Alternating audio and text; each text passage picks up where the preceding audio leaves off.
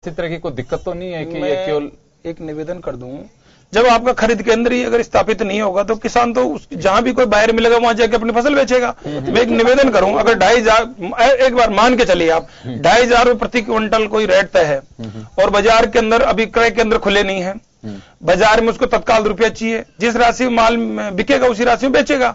आप ये देखिए अप्रैल मई और जून किसानों के परिवार के अंदर अधिकतर शादियां इसी सीजन में होती है, क्रय केंद्र आपके खुले नहीं है। अब बाजार के अंदर वो फसल को जो भी खरीदेगा उसी को किसान उस फसल को बेचेगा, चाहे रेट कुछ भी मिले।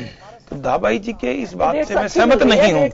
नहीं ऐसे अगर किसान को जो है फसल भारी बेचनी, आड़ती को बेचनी, तो फिर समर्थन मूल्य निर्धारित करना, क्रय केंद्र का फिर मामला ही क्या हुआ?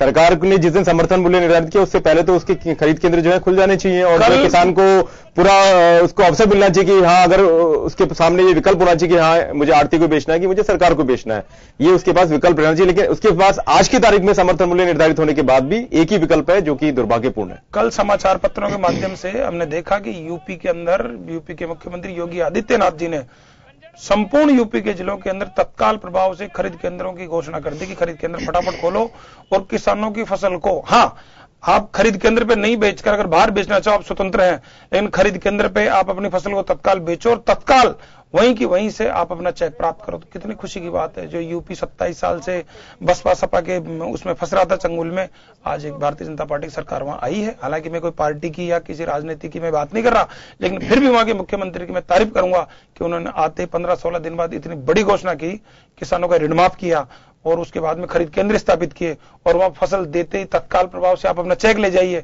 तो ऐसी इस तरीके की दूरदृष्टा मुख्यमंत्री की घोषणाओं की जरूरत है। हिंदुस्तान के सभी जितने भी राज्य हैं, तो मैडम आपने भी राजस्थान से भी कोई ऐसा मॉडल निकले ताकि दूसरे आपके बीजेपी शासित राज्यों से फॉलो कर सके? हम केवल फॉलोअर ही बनते रहेंगे? नहीं, बिल्कुल ऐसा ही होने वाला है। जो भी फसल में पहले भी यही कहा था कि जिस तरह से फसल यहाँ पर हो रही है कृषि का, आप देख लीजिए पूरे जो हिंदुस्तान के जितने भी स्टेट्स हैं यहाँ पर, चाहे ऑलिव ऑयल की आप देख लीजिए, उसने भी अपना नाम हिंदुस्तान में किया है जहाँ फसल हो रही है।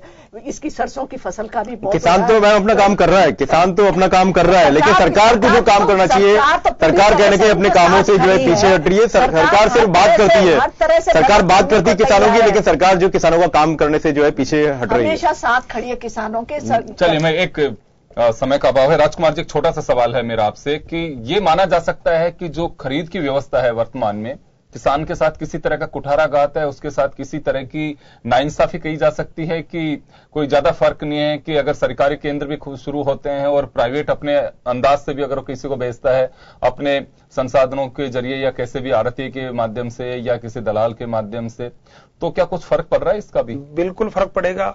हाँ। आप सभी राजस्थान के हैं और जयपुर के आसपास के क्षेत्र के हैं, आप ये तो मानते बम्पर फसल हुई है। हाँ। और दूसरी बात ये, जब कहीं पर किसी चीज की मात्रा अधिक होती है तो ये निश्चित है, कॉमर्स का ये सिद्धांत है कि उसके भाव टूटना निश्चित है। आप एक तरफ तो आप ये कहना चाह रहे हैं कि राजस्थान में बम्पर फसल हुई है, फिर ये कहना चाह रहे हैं कि बाजार में उसके भाव ठीक मिल रहे हैं। ये दोनों बातें कैसे संभव है? जहां पर उत्पादन अधिक होगा उस संपत्ति, चाहे वो प्रॉपर्टी हो या अन्य कोई संपत्ति हो या चाहे आपके फसल हो, तो सब उस चीज के भाव गिरेंगे। अब आप ये कहना चाह रहे हैं फसल बम्पर हुई है, तो उसके आप ये बताइए कि उसके जो रेट है वो किसान को उचित कैसे मिलेगी? हमारा तो आपका ये मानना है कि अभी किसान को उचित रेट नहीं मिल रही, सरकारी केंद्र जल्दी से जल्दी शुरू होने चाहिए?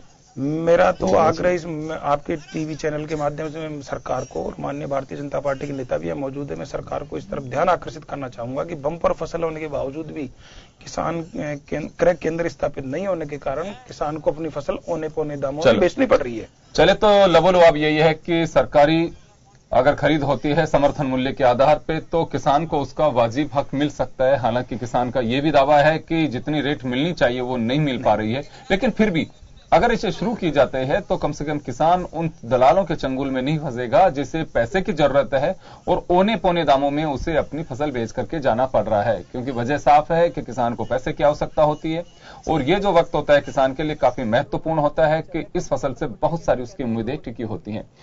अब देखना होगा कि सरकार कब राहत दे सकती है। समर्थन मूल्य के आधार पर तो राहत दे चुकी है, लेकिन अब खरीद केंद्रों का इंतजार है किसान को, अब वो कब से शुरू हो पाते हैं। चलिए एक छोटे से ब्रेक के लिए रुकेंगे और ब्रेक के बाद हम लौटेंगे कुलभूषण जाधव के मामले में, जिसमें लोकसभा और राज्यसभा दोनों ही जगह हंगामा हुआ है। प्रतिपक्ष कांग्रेस ने साफ कहा है कि अगर कुलभूषण जाधव को अगर फांसी की सजा को बिल्कुल इंप्लीमेंट किया जाता है तो ये केंद्र सरकार यानी कि मोदी सरकार का फेलियर पॉइंट होगा।